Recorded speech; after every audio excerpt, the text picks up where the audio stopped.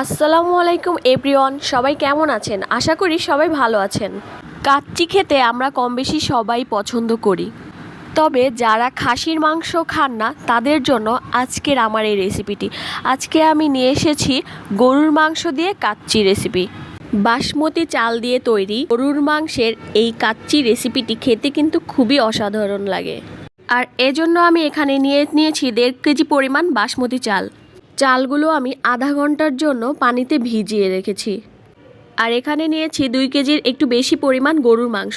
আমি এভাবে সাইজ করে কেটে নিয়েছি। একটা কড়াইতে তেল দিয়ে এতে 1.5 কাপ পরিমাণ পেঁয়াজ কুচি ভালো করে ভেজে নিব। পেঁয়াজগুলোকে একটু সময় নিয়ে ভাজতে হবে, যতক্ষণ না পর্যন্ত এর রং বাদামি কালারে আসে। পেঁয়াজগুলো মোটামুটি ভাজা হয়ে গিয়েছে। এখন আমি এতে গরুর মাংস দিয়ে দিব। এখানে 2 কেজির একটু বেশি পরিমাণ গরুর মাংস রয়েছে এবং 3 টেবিল পরিমাণ আদা বাটা দিয়ে দিব, 2 টেবিল পরিমাণ রসুন বাটা।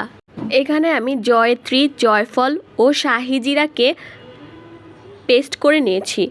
এই পেস্টগুলো আমি এখানে দিয়ে দিব। এই মশলাগুলো বিরিয়ানির টেস্ট আরও দ্বিগুণ বাড়িয়ে তোলে। এবং এখানে আমি 1/2 কাপ পরিমাণ বাদাম বেটে নিয়েছি, বাদামগুলো দিয়ে দিব। এবং স্বাদমতো লবণ, 1 টেবিল চামচ পরিমাণ মরিচের গুঁড়া দিয়ে ভালোভাবে সমস্ত মশলাগুলো মেখে নিব। এ পর্যায়ে চুলার আঁচটা মিডিয়ামে রেখে ভালোভাবে নাড়তে থাকব। মাংসটা খুব ভালোভাবে সেদ্ধ হওয়ার জন্য আমি কিন্তু এখানে 1/2 কাপ পরিমাণ টক দই অ্যাড করে দিয়েছিলাম। তেজপাতা, এলাচ ও দারচিনি দিলাম এবং সাথে বিরিয়ানি রেডিমেড যে মশলা আছে সেটা অ্যাড করে দিলাম। এখন সমস্ত মশলাগুলোকে ভালোভাবে নেড়েচেড়ে দিতে হবে এবং এ পর্যায়ে আমি কিন্তু চুলার আঁচটা মিডিয়ামে রেখেছিলাম এবং দিয়ে দিলাম 1 টেবিল পরিমাণ চামচ টমেটো সস। রেডিমেড বিরিয়ানি মশলার ক্ষেত্রে আপনারা কিন্তু চাইলে যে কোনো ব্র্যান্ডের বিরিয়ানি মশলা ব্যবহার করতে পারেন। আর আমি কিন্তু এখানে 1 প্যাকেট বিরিয়ানি মশলা থেকে 1/2 প্যাকেট পরিমাণ দিয়েছি, পুরাটা কিন্তু দেইনি। মোটামুটি কষানো হয়ে গেলে আমি এখানে পানি অ্যাড করে দিয়েছি এবং একটা ঢাকনার সাহায্যে আমি এখন ঢেকে দিব। মাংসটি সেদ্ধ হতে হতে আমি এখানে কিছু আলু কেটে নিয়েছি। দেখুন, আলুর সাইজগুলো আমি এখানে মিডিয়াম রেখেছি, আপনারা চাইলে আরও বড় সাইজেরও করে নিতে পারেন। এখন আমি এই আলুগুলোকে সেদ্ধ করব। আলুগুলো মোটামুটি সেদ্ধ হয়ে গেলে উঠিয়ে নিব এবং এখানে আমি স্বাদ মতো লবণ দিব এবং সামান্য কিছু গুঁড়ামরিচ অ্যাড করে খুব ভালোভাবে মেখে নিব এবং এই আলুগুলো গরম তেলে খুব ভালোভাবে ভেজে নেব। আমি এখানে তেলের মধ্যে একে একে সব আলুগুলোকে দিয়ে দিচ্ছি। আলুগুলো কিন্তু এখানে উল্টিয়ে পাল্টিয়ে চারপাশ ভালোভাবে ভেজে নিতে হবে।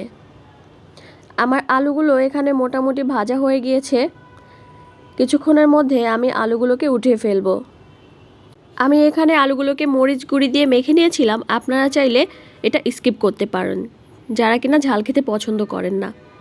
আলুগুলো সেদ্ধ হয়ে গিয়েছে। এখন আমি দেখব আমার মাংসটা হয়েছে কিনা। কিন্তু মাংসটা মোটামুটি সময় নিয়ে সেদ্ধ করেছি। আমার মাংসটা এখন পুরোপুরি সেদ্ধ হয়ে গিয়েছে। ওটা সেদ্ধ হওয়ার পর আমি কিন্তু এমন ঝোলঝোল অবস্থায় মাংসটাকে উঠিয়ে ফেলবো এবং একটা পাতিলে পানি বসিয়ে দিব এবং এখানে দিয়ে দিব কিছু শাহি জিরা, দারচিনি, এলাচ এবং সামান্য পরিমাণ তেল দিয়ে জিয়ে রাখা চালগুলো সব দিয়ে দিব। চালগুলোকে মোটামুটি সেদ্ধ করে নিব এবং এর সাথে আমি দিয়ে দিব স্বাদ মতো লবণ। চালের পানি ফুটতে শুরু করেছে। এখন আমি চেক করে নিব চালগুলো মোটামুটি সেদ্ধ হয়েছে কিনা। মোটামুটি 90% মতো সেদ্ধ হলে আমি চালগুলোকে উঠিয়ে ফেলবো এবং চাল থেকে পানিটা আলাদা করে ফেলবো। এখানে আমি এরকম একটা ঝুড়িতে চালগুলো ঢেলে পানিটাকে আলাদা করে নিচ্ছি।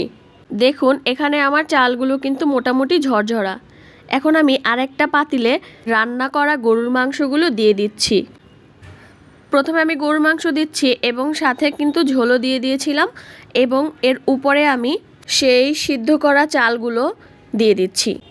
মাংসের উপরে চালগুলোকে চারপাশে ছড়িয়ে দিব এবং এর উপরে সে ভেজে রাখা আলুগুলোকে দিয়ে দিচ্ছি এবং পুনরায় আমি রান্না করা চালগুলোকে দিয়ে দিলাম এবং অবশিষ্ট যে মাংসগুলো রয়েছে পুরোটা আমি ঢেলে দিলাম।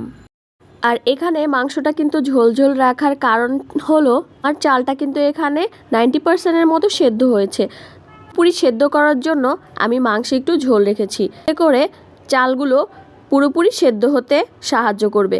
এই মাংসের উপরে আবার এই চালগুলো দিয়ে দিচ্ছি এবং আমি এখানে একটু জর্দার রং পানি দিয়ে মিক্স করে চালের উপরে ছিটিয়ে দিচ্ছি। এটা অপশনাল, স্কিপ করতে পারেন, তবে কালারের জন্য আমি এটা ব্যবহার করেছি। এভাবে করে ছিটিয়ে দেওয়ার পর একটা ঢাকনার সাহায্যে আমি ঢেকে দেব, চালগুলো যাতে ভালো করে সেদ্ধ হয়। এখানে আমি আটা নিয়ে নিয়েছি, এখন আমি আটা দিয়ে চারপাশে খুব ভালোভাবে আটকে দিব, যাতে করে ভাপে সেদ্ধ হয়ে যায়। দেখুন আমার বিরিয়ানি কিন্তু রেডি এবং মাংসগুলো খুব সুন্দর সেদ্ধ হয়েছে। ভিডিওটি দেখার জন্য ধন্যবাদ সবাইকে।